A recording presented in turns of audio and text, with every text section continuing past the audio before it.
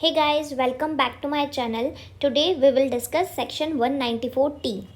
Okay आप सभी को पता है फाइनेंस एक्ट 2024 से एक नया सेक्शन इंट्रोड्यूस किया गया, सेक्शन नंबर 194T, जो क्या है टीडीएस का सेक्शन है। इस टीडीएस के सेक्शन को आज हम इस वीडियो के थ्रू डिटेल में एनालाइज करेंगे। ओके मैंने यहाँ पे बेयर एक्ट का रेफरेंस लिया है, आपको चाहिए तो आप इसे चेक कर सकते हैं। ये इनकम टैक्स की वेबसाइट पे अवेलेबल है। इसके बाद मैंने यहाँ पे एक चार्ट प्रिपेयर किया है जिसके थ्रू हम इस सेक्शन को बहुत ही ईजीली समझ पाएंगे। सबसे पहले बात करते हैं एप्लीकेबिलिटी की। ये सेक्शन कब से एप्लीकेबल होगा? सेक्शन एप्लीकेबल होगा विथ इफेक्ट फ्रॉम 1 अप्रैल 2025 से। ओके तो ये हमारे करंट फाइनेंशियल ईयर जो रनिंग है अप्रैल 2025 टू 26 के लिए भी रेलिवेंट है। ओके देन बात करते हैं प्रोविजंस की। प्रोविज़न, इसका प्रोविज़न क्या कहता है? TDS on payment of certain sum by a firm to a partner.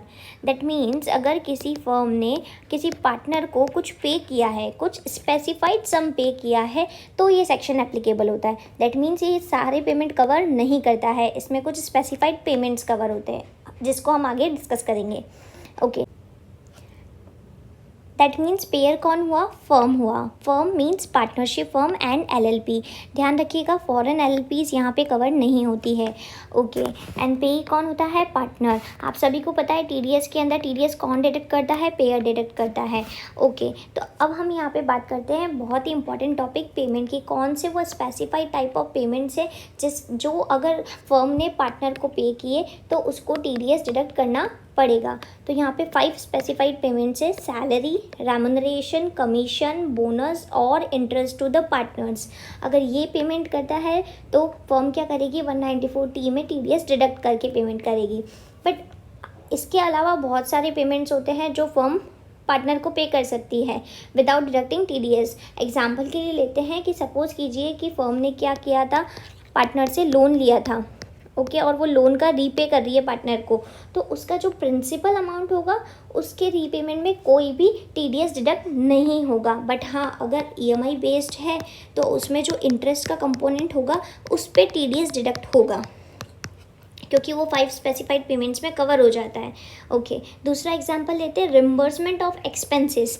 ठीक है, सपोज कीजिए कि पार्टनर ए ने फर्म के बिहाफ पे किसी थर्ड पार्टी को पेमेंट कर दिया और फर्म ने क्या किया, अब पार्टनर को रिम्बर्स किए वो एक्सपेंसेस, तो उस पर भी कोई टीडीएस की लायबिलिटी नहीं आएगी। उसके बाद बात करते हैं, जैसे अगर पार्टनर ने ड्राइंग्स किया, कैपिटल विड्रॉ किया, तो उस पर भी 194T एप्लीकेबल नहीं होता है।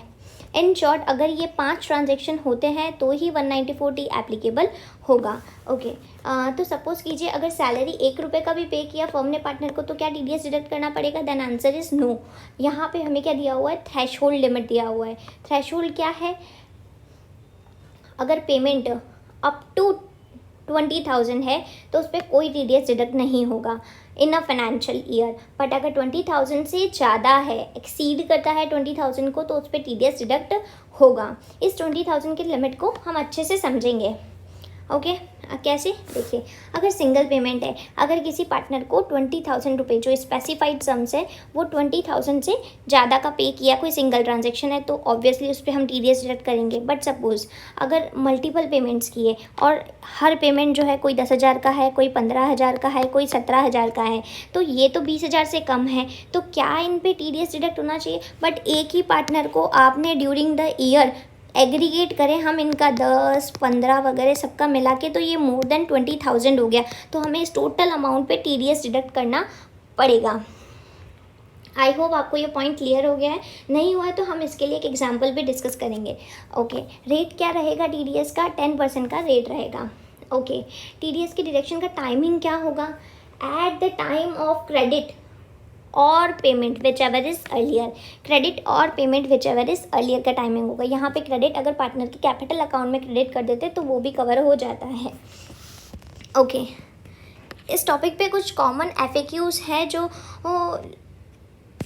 अभी तक क्लियर नहीं हुए हैं, उनको हम क्लियर कर लेते हैं यहाँ पे। सपोज कीजिए अगर किसी पार्टनर को 15,000 का ईयरली सैलरी पे किया, यहाँ पे ना पूरा साल का देखना है, ईयरली सैलरी पे किया एंड 20,000 का इंटरेस्ट पे किया। ठीक है तो सैलरी 15,000 20,000 की लिमिट से कम है, इंटरेस्ट 20,000 एक्सीड नहीं कर रहा है, तो क्या मिस्टर ए को जो पेमेंट कर रहे हैं उस पर TDS एप्लीकेबल होगा क्या? Then answer is yes, because हम टोटल करेंगे दोनों का, तो क्या हुआ 35,000 हो गया और ये 20,000 को क्रॉस कर रहा है, तो हम 10% के रेट से TDS डिडक्ट करेंगे। ओके, सेकेंड क्वेश्चन है कि सपोज़ कीजिए 15,000 का इंटरेस्ट पे किया और 30,000 रिम्बर्समेंट किया एक्सपेंसेस का, तो अब बताइए TDS डिडक्ट होगा क्या? Then answer is no, because ये तो अनकवर ट्रांजेक्शन है, यहाँ तो थ्रेशोल्ड चेक ही नहीं करना होता, थ्रेशोल्ड हमें यहाँ चेक करना होता है 15,000 का, 15,000 इज़ लेस देन 20,000, तो हम क्या कर देंगे, TDS एप्लीकेबल नहीं होगा।